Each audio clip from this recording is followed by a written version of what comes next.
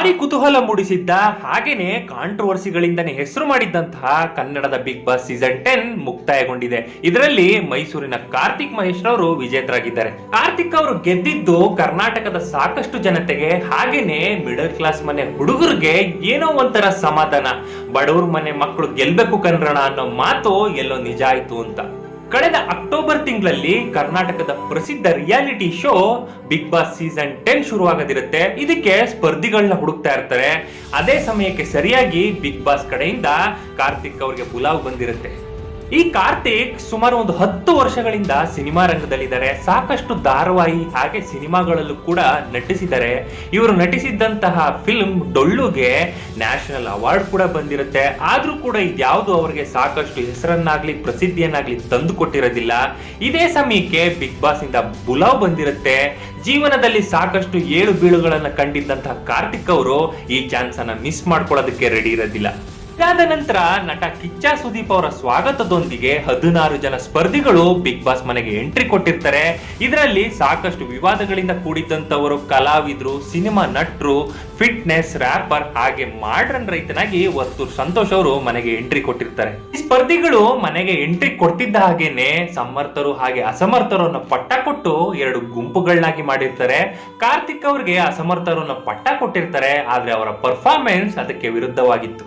Big boss ಆಟ ಯಾವ ತರ ಶುರುವಾಯಿತು ಅಂತಂದ್ರೆ, ಅದೇ ಆಟದಲ್ಲಿ ತನ್ನ ಜೀವದ ಗೆಳೆಯ ವಿನಯ್ ಅವರಿಗೆ ಎದುರಾಳಿಯಾಗಿ ನಿಲ್ತಾನೆ ಅನ್ನೋದನ್ನ ಅವರು ಯೋಚನೆನೂ ಕೂಡ ಮಾಡಿರೋದಿಲ್ಲ. ಈ ಸಂದರ್ಭದಲ್ಲಿ ಅವರ ಜೊತೆಯಲ್ಲಿದ್ದದ್ದು ಸಂಗೀತ ಹಾಗೆ ತನಿಷಾ.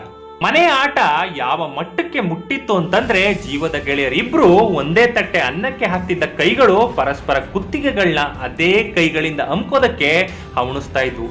ಬಿಗ್ ಬಾಸ್ ಮನೆಯಲ್ಲಿ ಯಾರಿಗೂ ಕೂಡ ಸ್ನೇಹಿತರಾಗಿ ಬಹಳ ದಿನ ಇರೋದಕ್ಕೆ ಸಾಧ್ಯ ಇಲ್ಲ. ಇಲ್ಲಿ ಕಾರ್ತಿಕ್ ಅವರು ತನ್ನ ಸ್ನೇಹಿತರು ಅಂತೇಳಿ ನಂಬಿ ಅವ್ರಿಗೆ ತುಂಬಾ ಸಪೋರ್ಟ್ ಮಾಡ್ಕೊಂಡು ಹಾಗೇನೆ ಮಾನಸಿಕವಾಗಿ ಧೈರ್ಯ ತುಂಬಿಕೊಂಡು ಬಂದಿರ್ತಾರೆ.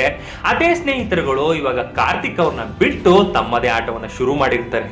ಒಂದು ಕಡೆ ಜೀವದ ಗೆಳೆಯ ಎದುರಾಳಿ, ಮತ್ತೊಂದು ಕಡೆ ಬಿಗ್ ಬಾಸ್ ಅಲ್ಲೇ ಪರಿಚಯವಾಗಿ ಸ್ನೇಹಿತೆ ಅಂತ ನಂಬಿದ್ದ ಗೆಳತಿಯೇ ಅವರನ್ನ ಹಣಿಯಕ್ಕೆ ನಿಂತಾಗ ಅವರು ತುಂಬಾ ನೊಂದಿರ್ತಾರೆ. ಆದ್ರೆ ಅವರ ಹಳೆಯ ಆಟ ಅವರನ್ನ ಕುಗ್ಗಿಸಿರಲ್ಲ. ತಾನೇ ಸಾಕಿದ ಗಿಣಿ ಯಾವಾಗ ಕುಕ್ಕೋದಕ್ಕೆ ಶುರು ಮಾಡ್ತೋ ಕಾರ್ತಿಕ್ ಮಹೇಶ್ ಪುಟದೇಳ್ತಾರೆ. ಕೆಲವು ಕಿಚ್ಚನ ಮಾತುಗಳು ಇದಕ್ಕೆ ಬೆಂಬಲವಾಗ್ತವೆ. ಸಾಕಷ್ಟು ಎಲಿಮಿನೇಷನ್ಗಳನ್ನ ತಪ್ಪಿಸ್ಕೊಂಡು ಕಾರ್ತಿಕ್ ಫಿನಾಲೆ ತಲುಪ್ತಾರೆ.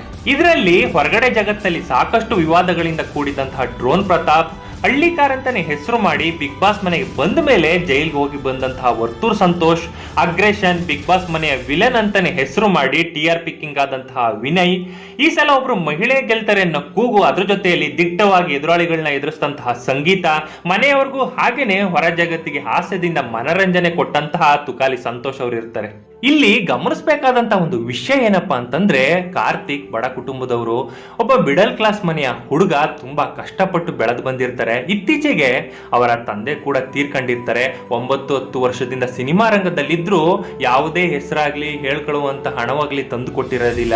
ಈ ಬಿಗ್ ಬಾಸ್ ಗೆದ್ದು ಅದರಲ್ಲಿ ಬಂದಂತ ಹಣದಲ್ಲಿ ಅವರ ತಾಯಿಗೆ ಒಂದು ಮನೆ ಕಟ್ಕೊಡ್ಬೇಕು ಅನ್ನೋ ಆಸೆ, ಆ ಆಸೆ ಇವಾಗ ನಿಜ ಆಗೋ ಕಾಲ ಬಂದಿದೆ. ಜನವರಿ 28 ಫಿನಾಲೆಯ ವೇದಿಕೆ ಸಿದ್ಧವಾಗಿರುತ್ತೆ. ಇವರ ಸ್ನೇಹಿತ ವಿನಯ್ ಹಾಗೇನೆ ಸದಾ ಇವರ ಸೋಲನ್ನು ಬಯಸ್ತಿದ್ದಂತಹ ಸಂಗೀತ ಟ್ರೋಫಿ ರೇಸಿಂದ ಆಚೆ ಬಿದ್ದಿರ್ತಾರೆ. ಅವಾಗ ಕಿಚ್ಚನ ಕೈಗಳಲ್ಲಿ ಉಳಿದಿದ್ದು ಡ್ರೋನ್ ಪ್ರತಾಪ್ ಹಾಗೇನೆ ಕಾರ್ತಿಕ್ ರಮೇಶ್ ಅವರು.